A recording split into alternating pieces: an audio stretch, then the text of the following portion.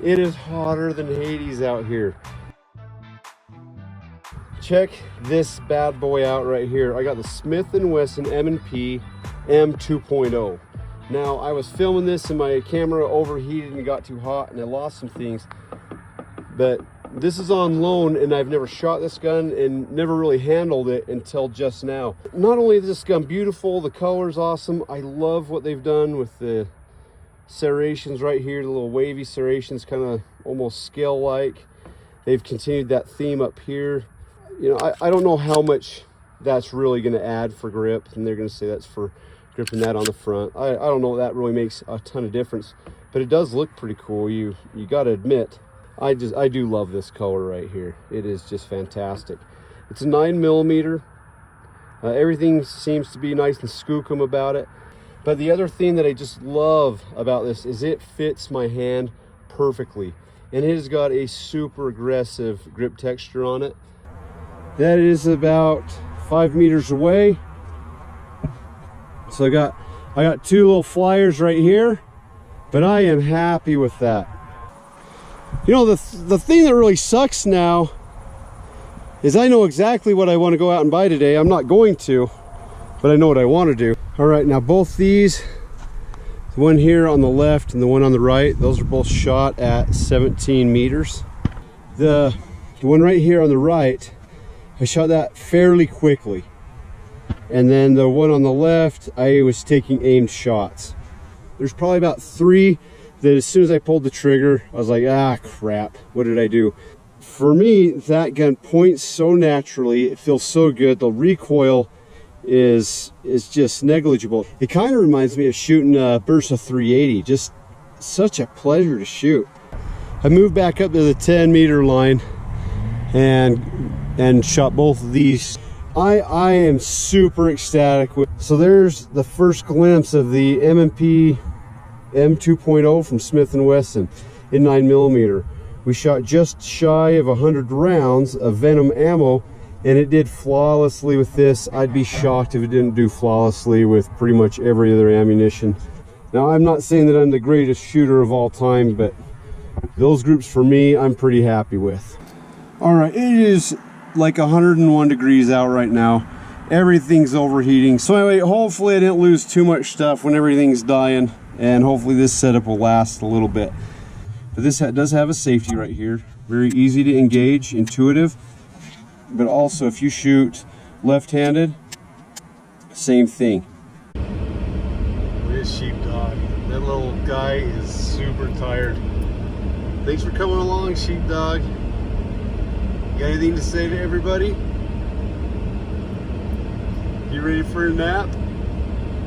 So now that we're back at the estate, first we got to do a little commercial break. Not everything is better in America, okay? Pretty much almost everything is, but there's one thing, okay? I don't have a clue on earth what the problem is with Americans, why we got our heads so far up. We somehow think that disgusting chocolate is wonderful.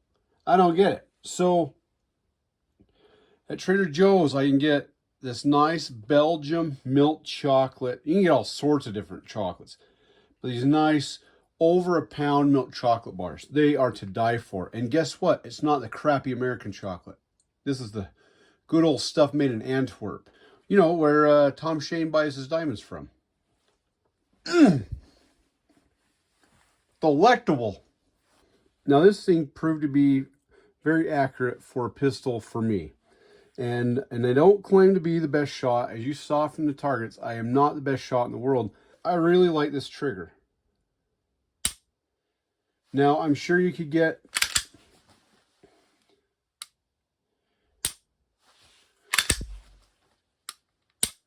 all right, Bluefish just came down here with what is this? Apple, banana, and cucumber treat. Looks like an hors d'oeuvre to me. No, you have it wrong. So banana is the smile, and the apple is 2 eyes, and the cucumber is the head. Now you eat it. Now I get to eat it? Oh, that's interesting. Kinda.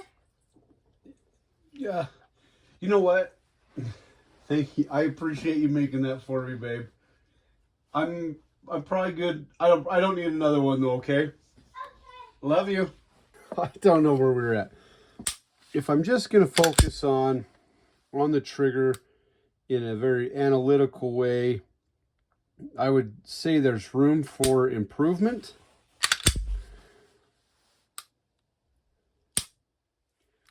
But I think that kind of does it an injustice. If I were to go out and buy this particular firearm, I would not mess with that trigger at all. I would have loved to have this as a duty gun.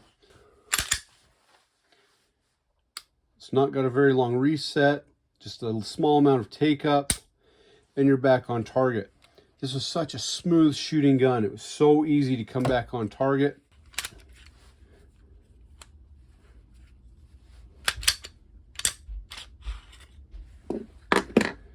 I'd say, you know, when you take that apart and you first look at it, it's a lot like a Glock.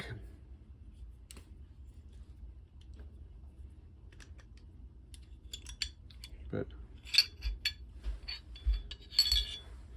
so it comes apart super easy. You don't have to hold the slide back. You can just take it, put on the slide lock, and then rotate the disassembly lever. But something I love about the inside of this thing is that thing is machined very, very well. There's no machine marks that you can see. It's smooth, very, very easy to clean. Just your standard Browning action tilting barrel firearm right there. It does have a captive spring on the guide rod. For cleaning, I personally don't like the captive spring, but that's not a deal breaker by any means. That's just a personal choice. To me, it's been a long time since I cleaned a Glock, but it seems like this does have a few more little nooks and crannies, but this thing's super easy to clean. And to slide that back on, same thing, lock that to the rear, flip that lever up, and you're ready to go. We'll do a function test.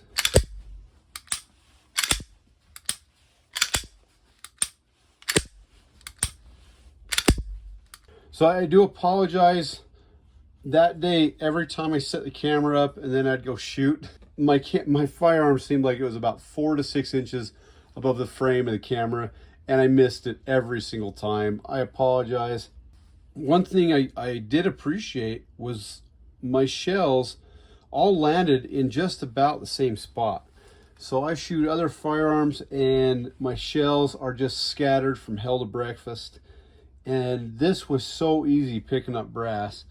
It just dropped them all in the same 12-inch circle. I was very, very impressed with that. What's something that's cool about this as well is you can just give that little lanyard holder a little twist, pull that out.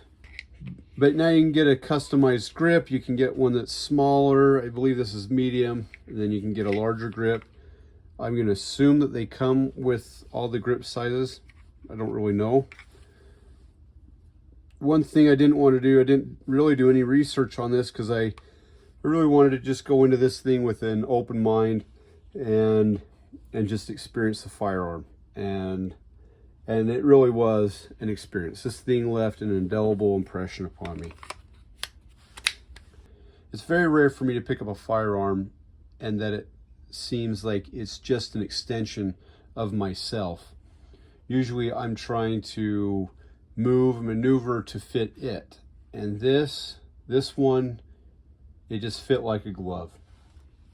I don't know what anybody else's experiences are with these, but this thing blew my mind. I figured it was just going to be like another Glock. I was way wrong. What I can say about this too is all of the features that this has, including the safety, the slide lock, the magazine release, everything is intuitive. It's in just the perfect reach for me. It just fits. All right, I'm going to enjoy another piece of Belgian chocolate, and I hope all of you guys have a wonderful evening.